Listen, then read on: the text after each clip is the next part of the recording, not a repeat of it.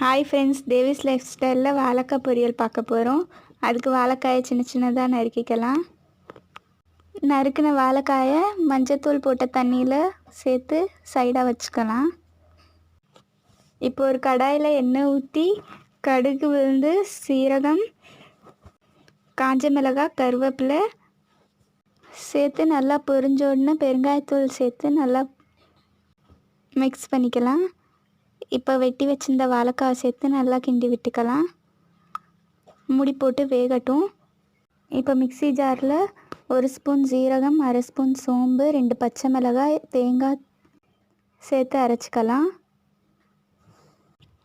உப்பு, மஞ்சத்தூள், அரைச்ச விழுது சேர்த்து நல்லா மிக்ஸ் பண்ணி இறக்குனா சுவையான வாழைக்காய் பொரியல் ரெடி. தேங்க்யூ ஃபார் வாட்சிங். Please subscribe my channel.